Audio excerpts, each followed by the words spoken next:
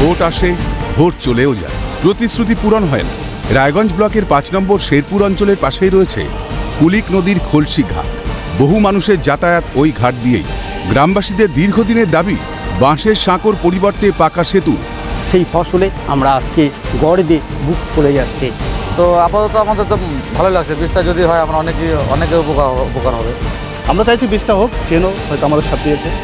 যতগুলো ইলেকশন আসতেছে আমরা আন্দোলন করে যাচ্ছি, ব্রিজ হয়ে যাচ্ছে। অবশেষে সিএনএর খবরের জেরে খলসি ঘাটে পাকা সেতুর জন্য মাপঝোঁকের কাজ শুরু করল জেলা প্রশাসন। ফলে কিছুটা আশার আলো দেখতে পাচ্ছেন গ্রামবাসীরা।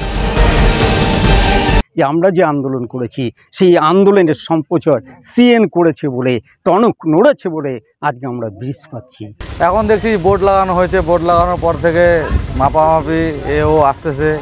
অবশ্যই সিএনকে আমরা ধন্যবাদ জানাই, কারণ তারা প্রথম থেকে ছিলেন, এখনও তারা আছেন লেগে। তবে কিছু কিছু গ্রামবাসীদের কিন্তু এখনো আশঙ্কা করছেন যে সেতু কি হবে না প্রতিশ্রুতি।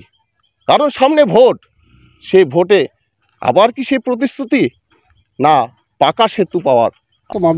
এখন তো মাপঝোঁক হচ্ছে, এর আগেও তো সয়েল টেস্ট হয়েছিল, মাপঝোঁক হচ্ছে, সয়েল টেস্ট হচ্ছে।